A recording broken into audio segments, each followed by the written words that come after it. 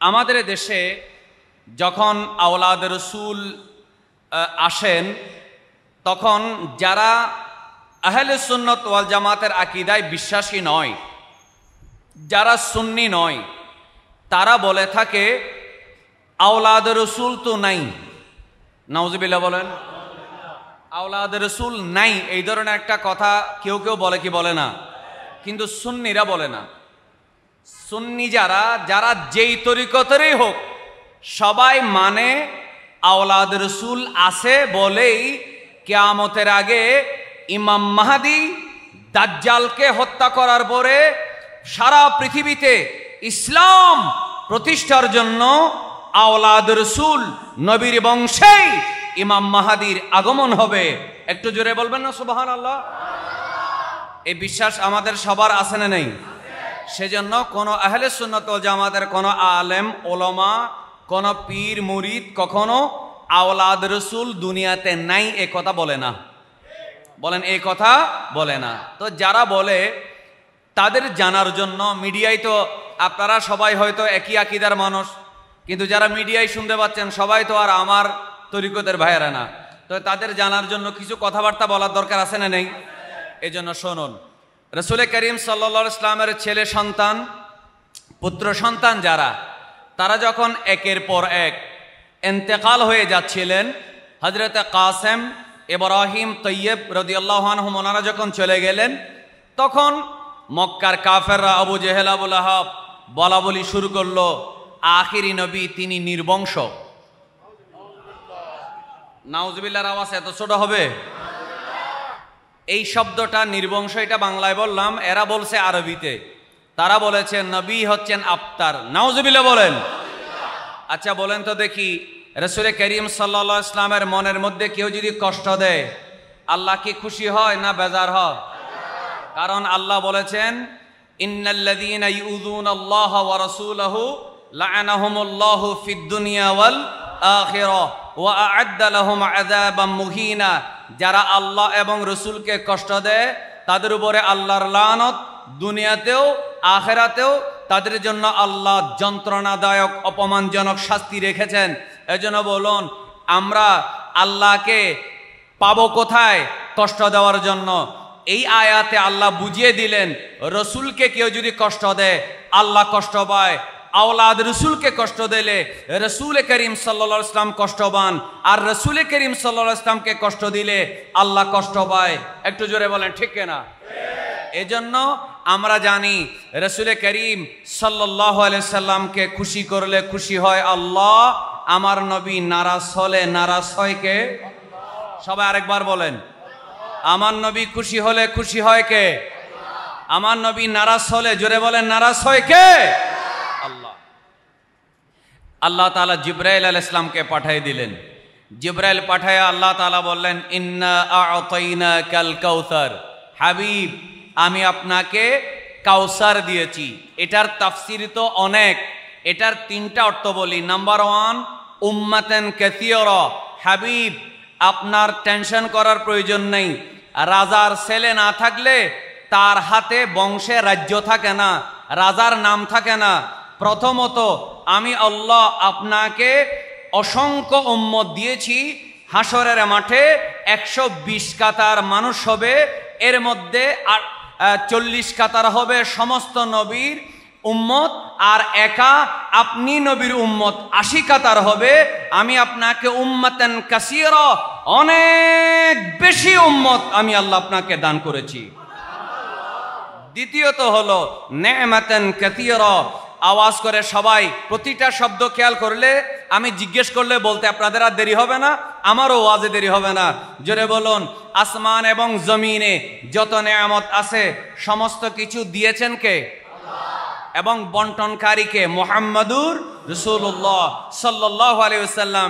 এজন্য তাফসীরে ইবনে কাসির সহ তাফসীরে কবীরে আল্লামা ফখরুদ্দিন রাজি রাহমাতুল্লাহ আলাইহি বলে এখানে কাউসার মানে হচ্ছে নি'মাতান কাসীরা।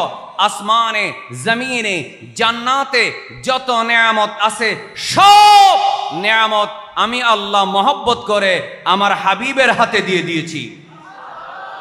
তৃতীয় নম্বর হলো আল্লাহ তাআলা বলছেন, হাবিব, যে কারণে আপনাকে তারা ঠাট্টা করে, বিদ্রুপ করে, আপনি টেনশন করবেন না, আপনি মনে কষ্ট নেবেন না। আপনাকে আমি আওলাদান কাসীরা, অনেক আওলাদ দিয়েছি। এমনকি আপনার আওলাদ ইমাম মাহদী সর্বশেষ দাজ্জালকে হত্যা করবে। কিয়ামতের আগে পর্যন্ত আওলাদ রাসূল থাকবে। একটু মহব্বতে বলেন সুবহানাল্লাহ। এখন যারা বলে থাকে রাসূল করিম সাল্লাল্লাহু আলাইহি ওয়াসাল্লামের আওলাদ কেমনে থাকবে, আল্লাহ রাসূল সাল্লাল্লাহু আলাইহি ওয়াসাল্লাম তার জবাব দিলেন। আল্লামা ইমাম হাফেজ জালালউদ্দিন সিয়ুতি রাহমাতুল্লাহ আলাইহি আল জামিউস সগীরের মধ্যে চমৎকার একটা হাদিস এনেছেন। হাদিসের রাবি হচ্ছেন হযরতে জাবের বিন আব্দুল্লাহ রাদিয়াল্লাহু তাআলা আনহু। রাসূল করিম সাল্লাল্লাহু আলাইহি ওয়াসাল্লাম বলেন, ইন্না লিকুল্লি বানি উম্মিন আসাবা। আমার আপনার প্রিয় নবী সরওয়ারে কায়নাত, দু জাহানের বাদশা নবী, কাউসারের মালিক নবী, গুনাহগার উম্মতের কান্ডারি নবী মুহাম্মদুর রাসূলুল্লাহ সাল্লাল্লাহু আলাইহি ওয়াসাল্লাম বলেন, আমার নবী বলে, লিকুল্লি বানি উম্মিন আসাবা। এই দুনিয়ার জমিনে যত নারী দুনিয়াতে আসবে এবং দুনিয়াতে ছিল, ওই নারীর গর্ভ থেকে যদি কোনো সন্তান হয়, ওই নারীর গর্ভ থেকে যদি কোনো ছেলে হয়, তার বংশ তার স্বামীর মাধ্যমে হয়, তার বংশ তার স্বামীর বংশ হয়, ইল্লা বনাই ফাতেমা। কিন্তু আমার কলিজার টুকরা মে, আমার জান্নাতের নারীদের সরদার ফাতেমাতু সাইয়্যিদাতু নিসাই আহলিল জান্নাহ, জান্নাতের হাজার হাজার লাখো লাখো কোটি কোটি নারীদের সরদার ফাতেমা জাহরা রাদিয়াল্লাহু তাআলা আনহার দুই সন্তান ব্যতীত, একজনের নাম হাসান আর একজনের নাম হুসাইন। হাসান আর হুসাইনের যেই সন্তানরা হবে, তারা তাদের বাবার বংশ হিসেবেও পরিচিত হবে, আবার আমি নবীর বংশ হিসেবে পরিচিত হবে। আনা ওয়ালিয়ুহুমা ওয়া আসাবাতুহুমা, আমি তাদের অভিভাবক, তারা কিয়ামত পর্যন্ত আমি নবীর আওলাদ। একটু আওয়াজ করে জোরে বলেন মারহাবা।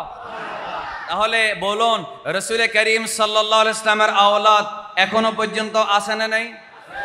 আওয়াজ করে বলেন, আছে না নাই? তা আমরা সেই আওলাদ রাসূলের আলোচনা করার জন্য বসেছি। আল্লাহ তাআলা আমাদেরকে আওলাদ রাসূলের ফয়েজ এবং বরাকা আমাদের জীবনে নসিব করুন। সবাই জোরে বলেন আমিন। অনেক আলোচনা করা যায় আওলাদ রাসূলের ফজিলত, খুসুসিয়ত নিয়ে। আলাদা আলাদা মাহফিলের টপিকে কথা বললে আপনার, আমরা যখন ইনশাআল্লাহ এই মাত্র এক সপ্তাহ পরে মুহররমের চাঁদ যখন উদয় হবে, যখন কারবালার মাহফিল প্রতিটা গ্রামে মহল্লায় মসজিদে হবে, ইনশাআল্লাহ আওলাদ রাসূলের খাসায়েস, আওলাদ রাসূলের বৈশিষ্ট্য, ইমাম আলী মাওলা আলী শের খোদা কে, মা ফাতেমা জাহরা কে, ইমাম হাসান মুজতবা রাদিয়াল্লাহু আনহু কে, ইমাম হোসেন রাদিয়াল্লাহু তাআলা আনহুর মর্যাদা কেমন, ইনশাআল্লাহ আলেম ওলামারা প্রতিটা মাহফিলে মাহফিলে বলবে আওলাদ রাসূল কাকে বলা হয়, আওলাদ রাসূলের মর্যাদা দুনিয়াতে কেমন, কবরে কেমন, হাসরে কেমন, মিজান পাল্লার কাছে কেমন, হাউজে কাউসারের পারে কেমন, জান্নাতে কেমন, এটা বলা হবে। আওলাদ রাসূলের অবদান কি, এটা বলা হবে। কিন্তু আজকে সময়ের সংক্ষিপ্ততার কারণে ইনশাআল্লাহ আমরা আওলাদ রাসূল সম্পর্কে সামান্য আলোচনা করে আমরা সরাসরি শাহিন শাহে শ্রীকোটের জীবনী নিয়ে আমরা আলোচনায় চলে যাচ্ছি। একটু মহব্বতের আওয়াজে বলেন ইনশাআল্লাহ। শাহিন শাহ শ্রীকোট রহমতুল্লাহ আলাইহি, তিনি রাহিমাহুমুল্লাহ, যারা আছেন হযরতে মাশায়েখে শ্রীকোট, ওনারা যে আওলাদ রাসূল, আওয়াজ করে বলেন, তাতে কোনো সন্দেহ আছে? প্রথমে একটা কথা বলি, শোনেন। যখন আমরা রসুলে পাক বলি, তখন রসুলকে পাক বলার কারণে নাত রসুল পড়ার সময় উত্তরবঙ্গের কোনো এক জায়গায় মাহফিলে ওই নাত যে পড়তেছে নাত খাকে নামিয়ে দিয়েছিল। কেন? তাদের মতে ওই মাহফিলে এরা যারা ওয়াজ করতেছে বা ওয়াজ শুনতে আসছে, তারা মনে করে নবীকে পাক বললে শিরিক হয়। একটু জোরে বলেন না নাউজুবিল্লাহ। আমরা কিছুক্ষণ আগে জামাতের সাথে এশার নামাজ পড়েছি। তো নামাজ পড়ার জন্য বাইরে কিছু ফরজ আছে, ভিতরে কিছু ফরজ আছে। বাইরের প্রথম নম্বর ফরজ হলো তাহারাত, তাহারাত মানে পাক হওয়া, আর বাংলাতে বলে পবিত্র হওয়া। তো তাহারাত মানে কি? কেউ পায়খানা প্রস্রাব করলে অথবা রক্ত গড়িয়ে পড়লে বের হয়ে তার জন্য উজু করা ফরজ, আর অর্থাৎ অথবা কেউ বাতাস ছাড়লেও তার জন্য উজু করা ফরজ, কারো গোসল ফরজ হলে গোসল করা ফরজ।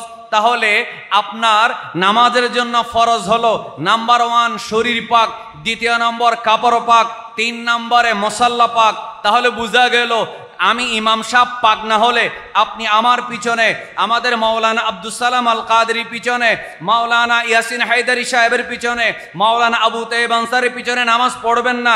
আপনি বলবেন হুজুর আপনি পাক, বলে আমি পাক। তাহলে বোঝা গেল ইমাম পাক না হলে মুসল্লি তার পিছনে নামাজ পড়ে না, কাপড় পাক না হলে নামাজে দাঁড়াতে পারে না, মুসাল্লা পাক না হলে মানুষ নামাজ পড়তে পারে না। যেখানে কাপড়কে পাক বলা জায়েজ, ইমামকে পাক বলা জায়েজ, মুসাল্লাকে পাক বলা যায়, মুসল্লিকে পাক বলা যায়, সেই জায়গায় আমার রসুলকে যারা পাক মানতে নারাজ আওয়াজ করে বলেন তারা কি ইমানদার না বেঈমান? জোরে বলেন ইমানদার না বেঈমান? তাহলে আমার নবী কি? জোরে বলেন আমার নবী কি? দ্বিতীয় নম্বর, আল্লাহ তাআলা কোরআনুল কারীমের মধ্যে বলেন ইন্নামা ইউরিদুল্লাহু লিইউযহিবা আনকুমুর রিজসা আহলাল বাইতি ওয়া ইউতাহিরাকুম তাতহীরা। আল্লাহ বলেন হাবিব শুধু আপনি পাক না, আপনার কারণে আল্লাহ ডাক দিয়ে খেতাব করে বলছেন হে আহলে বাইত আমি তোমাদেরকেও পাক করে দিয়েছি। আহলে বাইতকে আমার আল্লাহ নিজে কি বলেছেন? পাক বলেছেন। সেই পাক রক্তের, এই জন্য আমরা বলি মুহররমের মাসে বেশি বেশি আলোচনা হবে পাক পাঞ্জাতন। কথা বলেন আমরা কি বলি? পাক পাঞ্জাতন। তো পাক পাঞ্জাতন কেন বলি? আমার প্রিয় নবী মুহাম্মদ রাসূলুল্লাহ সাল্লাল্লাহু আলাইহি সাল্লাম, হযরতে মাওলা আলী শেরে খোদা রাদিয়াল্লাহু আনহু, হযরতে মা ফাতেমা জাহরা রাদিয়াল্লাহু তাআলা আনহা, ইমাম হাসান রাদিয়াল্লাহু আনহু, ইমাম হুসাইন রাদিয়াল্লাহু আনহু, এই 5 জনকে পাক পাঞ্জাতন বলা হয়। কেন? কারণ যেই আয়াতটা নাজিল হয়েছে ওই আয়াত তেলাওয়াত করে আমার নবী তেলাওয়াত করার আগেই আল্লাহ রাসূল সাল্লাল্লাহু আলাইহি ওয়াসাল্লাম নূরানি চাদরের ভিতরে মাওলা আলী, মা ফাতেমা, ইমাম হাসান হুসাইন রাদিয়াল্লাহু আনহুমকে ঢুকাইয়া তিনি স্পষ্ট বলেছিলেন হাউলায়ে আহলু বাইতি, হাউলায়ে আহলু বাইতি। আল্লাহ এরা হচ্ছে আমার আহলে বাইত, এরাই আমার পরিবার। তাহলে বুঝা গেল, ওই আয়াত থেকে বুঝা গেল আহলে বাইত পাক, আর আমার নবীর হাদিস থেকে বুঝা গেল এরা হলো আহলে বাইত। এজন্য আওয়াজ করে বলুন আওলাদ রাসূলদেরকে আমরা পাক মানতে চাই কি চাই না? আমরা সেই পাক হাস্তিদের, সেই পাক ব্যক্তিত্ব শখসিয়ত যারা মাশায়েখ, আমরা তাদের আলোচনা করার জন্য বসেছি। আরেকবার জোরে বলেন আলহামদুলিল্লাহ। একটা কথা খুব মনোযোগ দিয়ে শোনেন। আমার হুজুর কিবলা আওলাদ রাসূল শাহনশাহ শ্রীকোট হযরতে হাফেজ কারি সৈয়দ আহমদ শাহ শ্রীকুটি রহমতুল্লাহ আলাইহি, তিনি জামিয়া আহমদিয়া সুন্নিয়া আলিয়া প্রতিষ্ঠা করেছেন। হুজুর কিবলা যিনি জামিয়া আহমদিয়া সুন্নিয়া আলিয়া প্রতিষ্ঠা করেছেন, ওনাকে যিনি খেলাফত দিয়েছেন, সবাই মনোযোগ রাখেন, ওনার নাম হচ্ছেন গৌসে দাওরা হযরতে খাজা আব্দুর রহমান চৌরভি রাদিয়াল্লাহু তাআলা আনহু। আল্লাহর ওলিদেরকে যারা মকবুল বরহক তাদেরকে রাদিয়াল্লাহু আনহু বলা জায়েজ আছে না নাই? বলা কি আছে? জায়েজ আছে। তারপর আমরা আল্লাহর ওলিদেরকে রহমতুল্লাহ আলাইহি বলি। তো হযরতে খাজা আব্দুর রহমান চৌরভি রহমতুল্লাহ আলাইহি তিনি কে? আপনি সারা পৃথিবীতে, আমি চ্যালেঞ্জ করছি, বর্তমান সময়, আমি আগের কথা বলছি না, বর্তমানে এই 50-100 বছরের মধ্যে পৃথিবীতে এমন কোন তরিকত নাই যেই তরিকতের কোন একজন শেখ আরবি ভাষায় 1 পারা 70 থেকে 80 পৃষ্ঠা করে এরকম 30 পারা দরুদ শরীফের কিতাব লিখেছেন। শুধু আমাদের তরিকতের মধ্যে আছে, বেশি দূরে নয়, আমার মুর্শিদ আওলাদ রসুল আল্লামা সৈয়দ মোহাম্মদ তাহির শাহ মুদ্দাজিল্লাহুল আলী, ওনার আব্বাজান আওলাদ রসুল আল্লামা হাফেজ কারি সৈয়দ মোহাম্মদ তৈয়ব শাহ রহমতুল্লাহ আলাইহি, ওনার আব্বাজান আল্লামা হাফেজ কারি সৈয়দ আহমদ শাহ শ্রীকুটি রহমতুল্লাহ আলাইহি, ওনার পীর খাজা আব্দুর রহমান চৌরভি রাদিয়াল্লাহু তাআলা আনহু পরিষ্কার আরবি ভাষায় মাদ্রাসা না পড়ে কোন উস্তাদের কাছে আরবি গ্রামার না শিখে যিনি 30 পারা দুরূদ শরীফের কিতাব লিখেছেন, এবার যদি বলা হয় ওগো খাজা আব্দুর রহমান চৌরবি এই কিতাব আপনি কিভাবে লিখলেন, আল আজহার ইউনিভার্সিটির প্রফেসররা এটা পড়ার পরে হায়রান হয়ে যায়, মক্কা ইউনিভার্সিটির প্রফেসর হয়রান হয়ে যায়, মদিনা ইউনিভার্সিটির প্রফেসর, আমার নবীর রওজার পাশে যে ইউনিভার্সিটি আছে সৌদি আরবে প্রফেসররা পড়ে হয়রান হয়ে যায়, ঢাকা চট্টগ্রাম বিশ্ববিদ্যালয় সহ আরবে আজমে, জর্দানে, লিবিয়া, সিরিয়ার ইসলামিক ইউনিভার্সিটির আরবি বিভাগের প্রফেসর আদিব যারা আছে এরা হয়রান হয়ে যায়, এটা কিভাবে লিখেছেন। খোদার কসম করে বলি খাজা আব্দুর রহমান চৌরবি এই আরবি ভাষা এই ইলমে লুদুন্নি পেয়েছেন আমার আল্লাহ থেকে, সোনার মদিনার নবী মুহাম্মদুর রাসূলুল্লাহ সাল্লাল্লাহু আলাইহি ওয়াসাল্লাম থেকে। জোরে বলেন ঠিক কিনা বারবার। ডেক্সির মধ্যে ভাত থাকলে বিবির কাছে জিজ্ঞেস করলে বিবি আপনাকে ভাত বেড়ে দিতে পারবে, আর আমার নবীর কাছে আসমান ও জমিনের সমস্ত নিয়ামতের চাবি আছে না নাই? আচ্ছা, একটা হাদিস শরীফ, এটা সিয়াসিত্তার কয়েকটা কিতাবে আছে। সাহাবীর নাম যায়েদ বিন সাবিত রাদিয়াল্লাহু আনহু, তিনি তাকে আমার নবী একদিন বললেন, এ যায়েদ তুমি ইয়া শিখো, ইহুদিদের সুরিয়ানি ভাষা শিখো। কি ভাষা? তো যায়েদ বিন সাবিত বললেন, ইয়া রাসূলুল্লাহ এমনে কথা বলা শিখা বা যেটাকে বলা হয় মানে ওই স্পোকেন ইংলিশ আর কি, স্পোকেন অর্থাৎ কথা বলার যেই আমাদের দেশের অনেক মানুষ আরবের মধ্যে আছে না নেই? 30 বছর 20 বছর আরবের মধ্যে কাটাইছে, 20 কোটি 30 কোটি টাকা ইনকাম করেছে, চট্টগ্রাম শহরের পয়সাওয়ালা হয়েছে, আওয়াজ করে বলেন আছে না নাই? ওনাকে যদি বলা হয় আপনি এত বেশি আরবি শিখেছেন 30 বছরে, নিশ্চয় ভালো আরবি না জানেন, না হলে আপনি এত টাকা কামাইলেন কেমনে, আপনি সিআইপি না কি বলে না এগুলো কেমনে হলেন? উনি বলবে আমি সব হয়েছে ঠিক আছে, যদি বলি 1 পৃষ্ঠা আপনি গ্রামার সহ নাহু সরফ সহ আপনি 1 পৃষ্ঠা লাগবে না, 3 লাইন আরবি লিখে দেন। তিনি বলবে আমি 30 বছর আরবে ছিলাম, আমি 3 লাইন আরবি লিখতে পারবো? আওয়াজ করে বলেন লিখতে পারবো? কেন পারবো না? কারণ মাদ্রাসায় যেহেতু আমি গ্রামার পড়ি নাই, আমি ওস্তাদের কাছে পড়ি নাই, আমি এমনি কাজ চালাইতে পারবো, ব্যবসা করতে পারবো, কিন্তু আমার দ্বারা আরবিতে চিঠি লেখা সম্ভব হবে না। তাহলে বোঝা গেল কথাবার্তা শিখা আলাদা, লেখা আলাদা, বলে না লেখা আলাদা। তো রাসূল করিম সাল্লাল্লাহু আলাইহি ওয়াসাল্লাম যায়েদ বিন সাবিতকে বলেন, যায়েদ তুমি আরবি শিখো, তুমি সুরিয়ানি ভাষা শিখো। তখন যায়েদ বিন সাবিত রাদিয়াল্লাহু তাআলা আনহু বলেন, ইয়া রাসূলুল্লাহ আমি তো ইহুদিরা যেই কিতাবি ভাষা, ইহুদিদের যেই লেখার ভাষা সেটা তো আমি জানি না।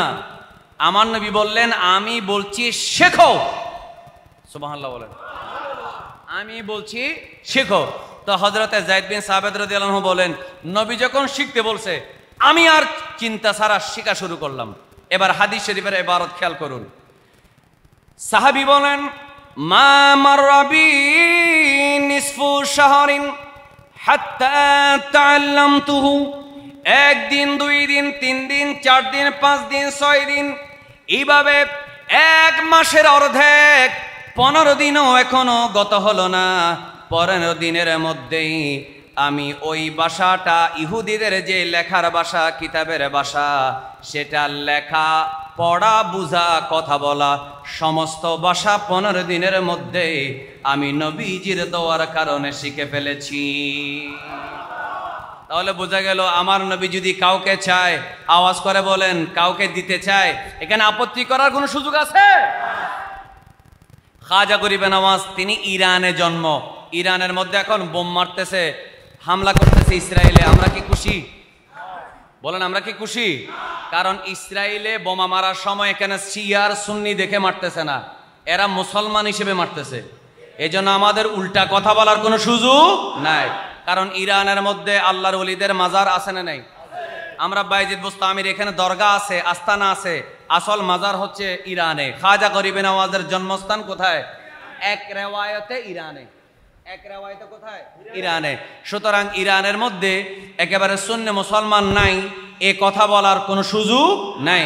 সুতরাং আমরা আজকের এই মাহফিল থেকে দোয়া করছি, আল্লাহ পাক আমাদের সবার এই মাহফিলের উসিলায় জালেম বর্তমান যুগের নমরুদ নেতানিয়াহুকে আল্লাহ তাআলা ধ্বংস করুন, এবং যারা সারা পৃথিবীতে এই ইসরায়েলের হামলায় যারা আক্রান্ত হচ্ছে মজলুম মুসলমানদেরকে আল্লাহ সাহায্য করুন, এবং মুসলমানদেরকে আল্লাহ সমস্ত জালেমদের উপরে আল্লাহ বিজয় দান করুন। আরেকবার জোরে বলেন আমিন। সবাই একবার মহব্বতে বলেন, বিজয় দেওয়ার মালিক কে? আরেকবার, বিজয় দেওয়ার মালিক কে? শুনুন, অনেক আলোচনা, অনেক দিকে যেতে মন চাচ্ছে, কিন্তু সব দিকে যাওয়া যাবে না। তো কি বলতে চাচ্ছি, যায়েদ বিন সাহাবের ভাষা শিখেছেন কয়দিনে? কথা বলেন না, কয়দিনে?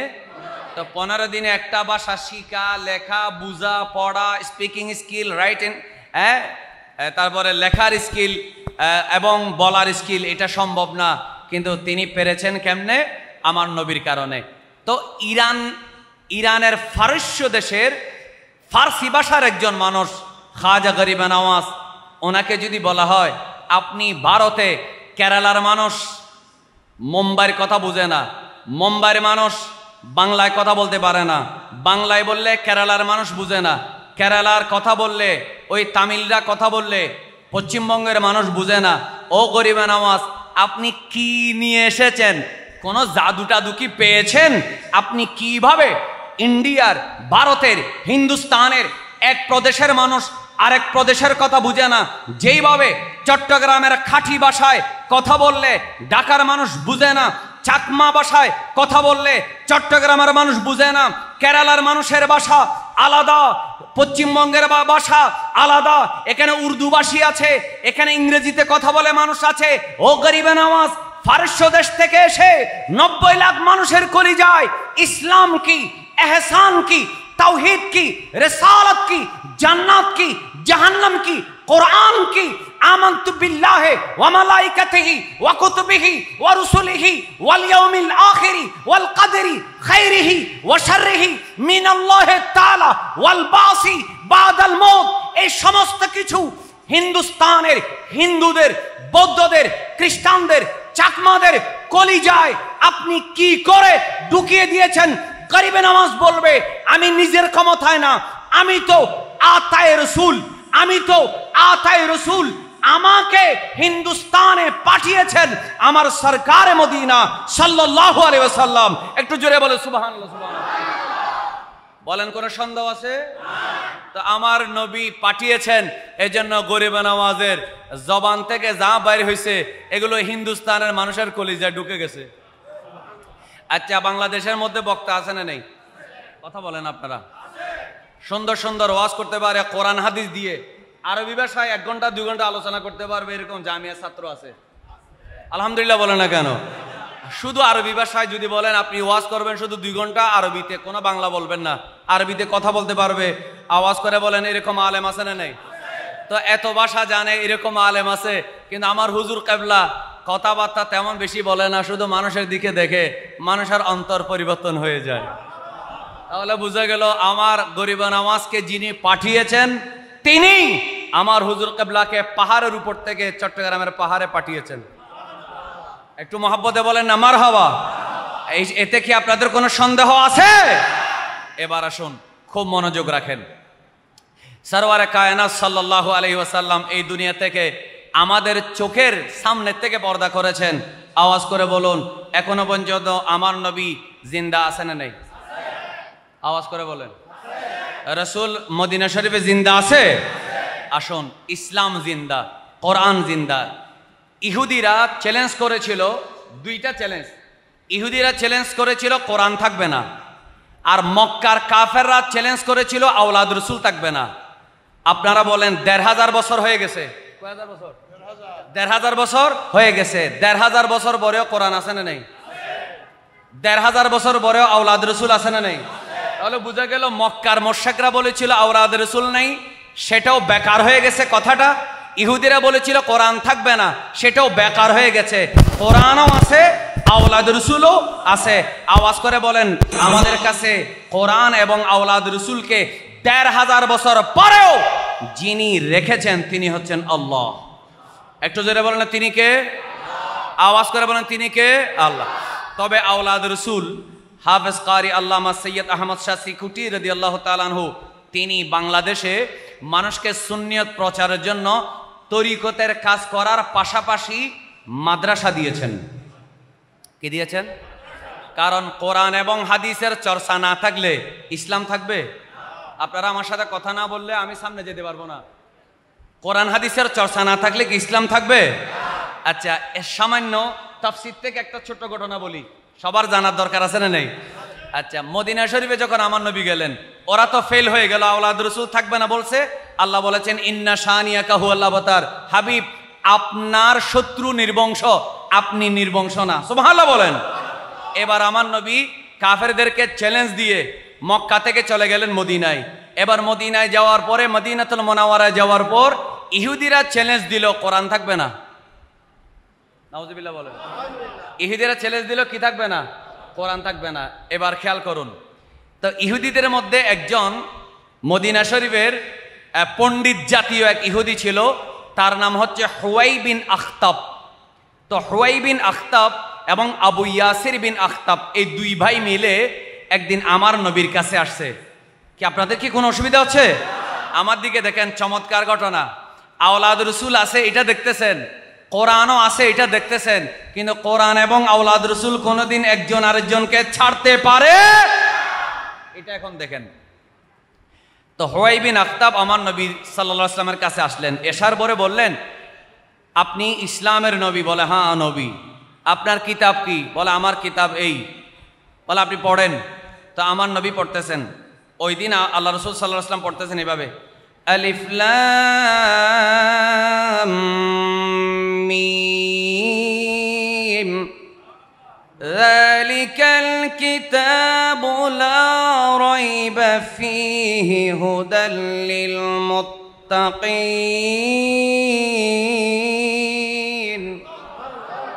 একটু মহব্বতে বলেন তো আল্লাহু আকবার। আচ্ছা, তখন ইহুদি কি বলল দেখেন, মনোযোগ রাখবেন এগুলা। এসে বলল, হে তুমি কি বলছো পড়ো তো আবার। আমার নবীকে বলছে, বলে আলিফ লাম মিম। তখন ইহুদি বলল, আলিফ লাম মিম মানে কি? আমার প্রিয় নবী সাল্লাল্লাহু আলাইহি ওয়াসাল্লাম আলিফ লাম মিমের অর্থ জানেন কি জানেন না? জানেন, কিন্তু বান্দার কাছে প্রকাশ করার অনুমতি নেই।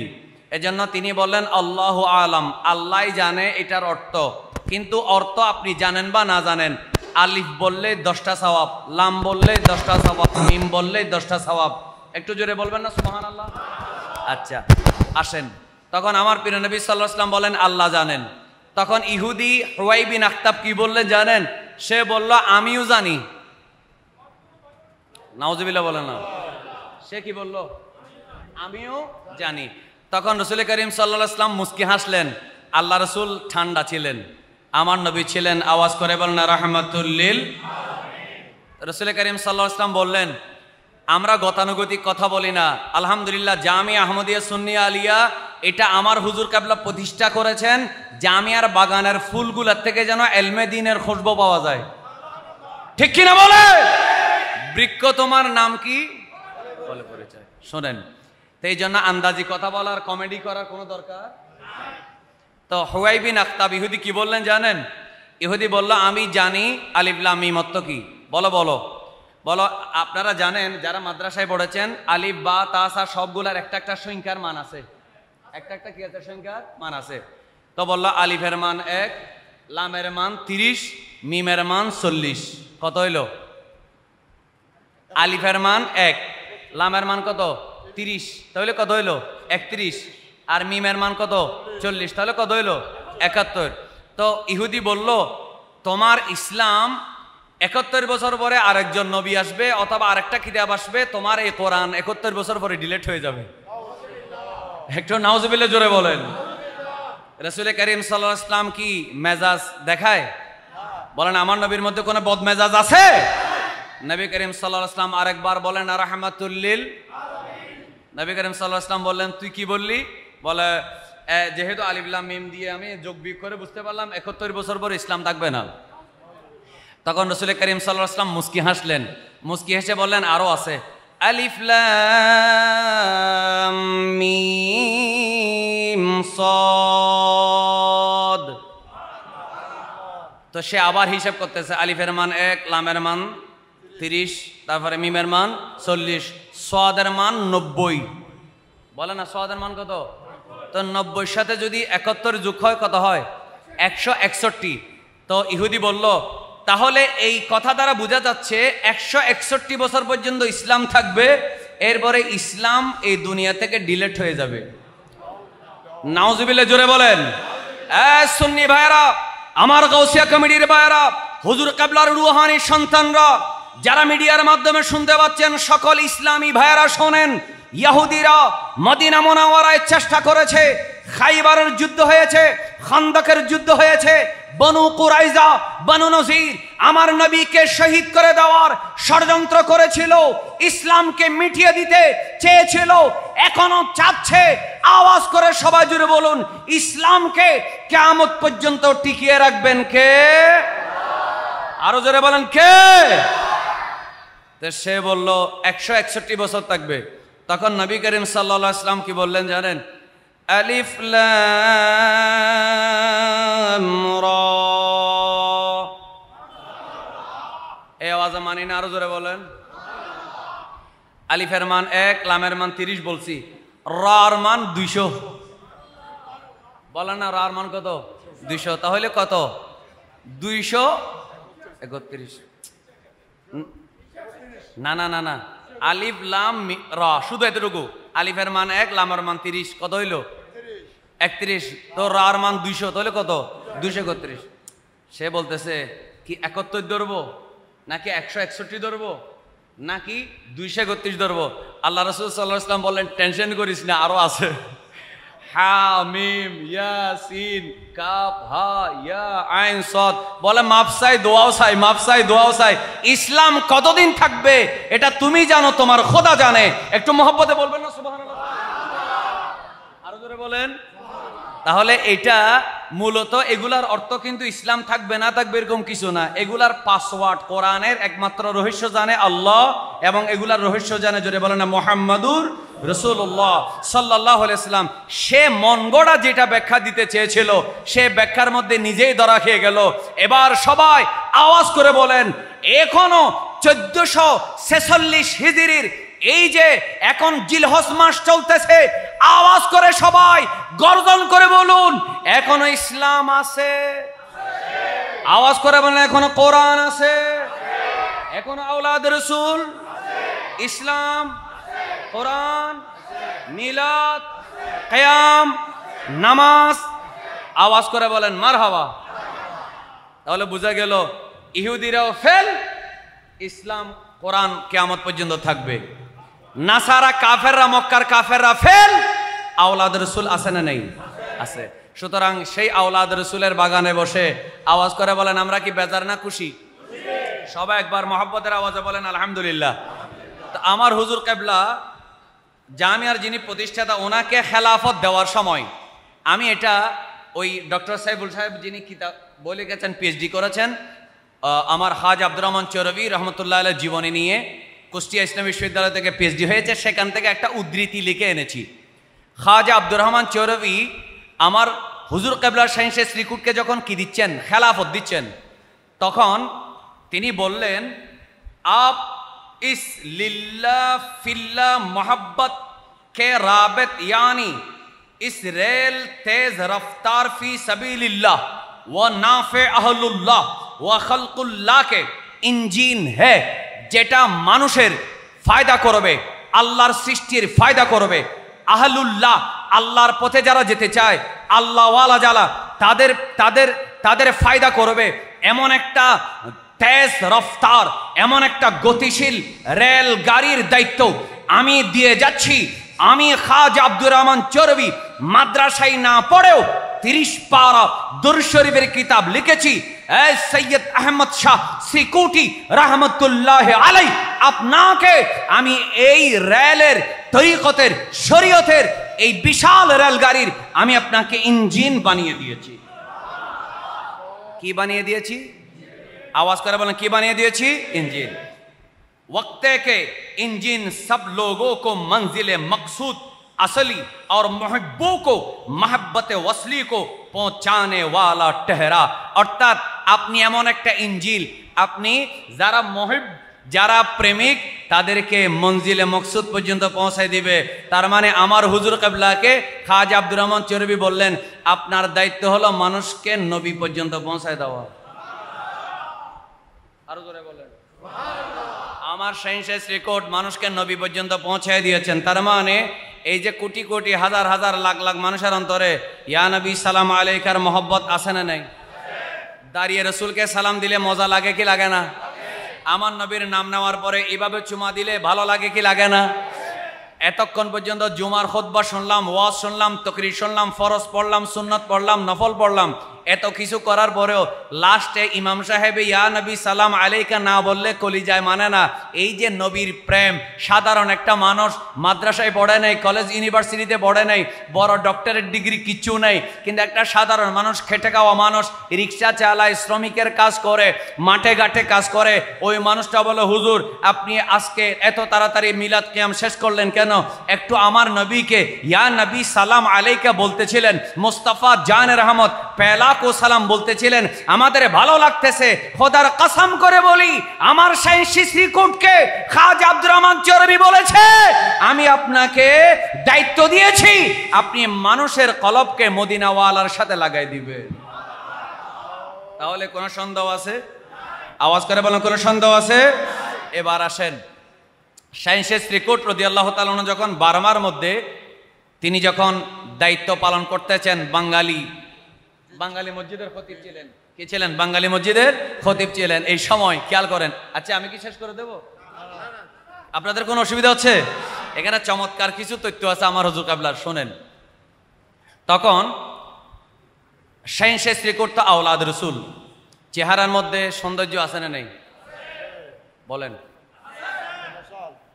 এই স্টেজে সবার চেহারা একরকম না, এক একজনের চেহারার মধ্যে এক এক রকম সুন্দর আছে না নেই? জালাল শাহ হুজুর এক ধরনের সুন্দর ছিলেন, শেরে মিল্লাত নঈমী রহমতুল্লাহ আলাইহি এক ধরনের কি ছিলেন? সুন্দর ছিলেন। কিন্তু আমার হুজুর কিবলা এসে বসলে ইনি যে আওলাদ রসুল, এটা চিনে দেওয়ার জন্য আলাদা করে বলার দরকার ছিল? চেহারা দেখলেই মানুষ চিনে যেত, ইনার জন্যই আমরা আজকে এসেছি। ঠিক কিনা বলেন? আওলাদে রসুল, বলেন আওলাদে রসুল। তো সাইন্সিস রিকোর্ড যখন বাঙালি মসজিদে বার্মার রেঙ্গুনে যখন তিনি খেতাবত করছেন, আপনারা একটু হাঁটা চলা কম করবেন, হাঁটা চলা কম করবেন, এটা অনুরোধ, দমক টমক না, বসেন।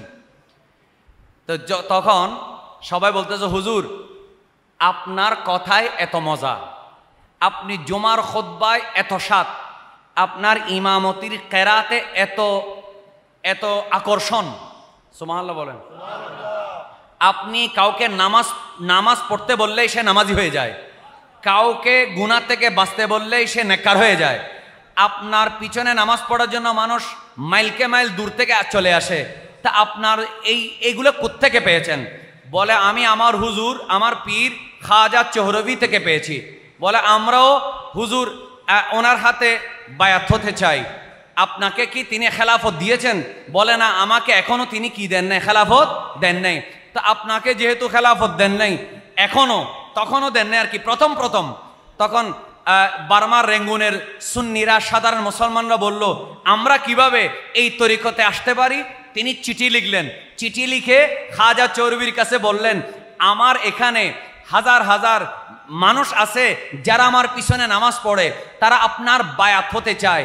এরা বার্মার থেকে পাকিস্তানে যাওয়ার মতো তৌফিক নাই, এদের কাছে ভিসা নাই, এদের আসা যাওয়ার রাস্তার খরচ নাই, কিন্তু আপনার প্রেমে তারা পড়ে গেছে।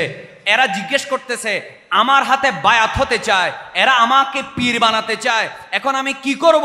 তখন খাজা চৌরবি রহমতুল্লাহ আলাই তিনি চিঠির জবাব দেওয়ার সময় একটা রুমাল পাঠালেন।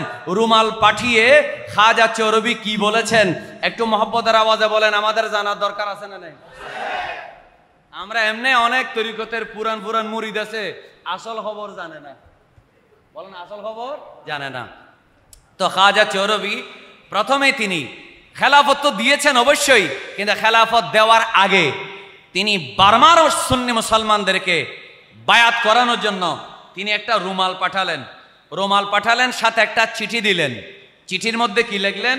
ওয়াক্তে সাহারি নামাজে তাহাজ্জুদ আদা করকে इसी मुसल्ला पर रू बकबला बैठकर इस कपड़े पर दोनों हाथ रखकर खुदा को और जनाब रसूलुल्लाह सल्लल्लाहु अलैहि वसल्लम रसूल मकबूल सल्लल्लाहु अलैहि वसल्लम हाजिर मलहूज रखकर अपने गुनाहों सगीरा व कबीरा इसियां व खताए तौबा करके वही अपने हाथ मुंह और दिल पर मल दे, आइंदा नमाज कज़ा न करे, जो खुदा और रसूल सल्लल्लाहु अलैहि वसल्लम के रजा के काम है उस पर चले, और जो उनके बेरजाई के काम है उनसे बाज रहे। এই চিঠি দিলেন, এটার সারমর্ম হলো আপনি তাহাজ্জুদ নামাজের পরে কিবলামুখী হয়ে বসবেন, বসার পরে আপনি আল্লাহর কাছে দোয়া করবেন এবং এরপরে যারা আপনার কাছে বায়াত হতে চায় সবাইকে এই রুমালটা হাতে ধরাই দিবেন।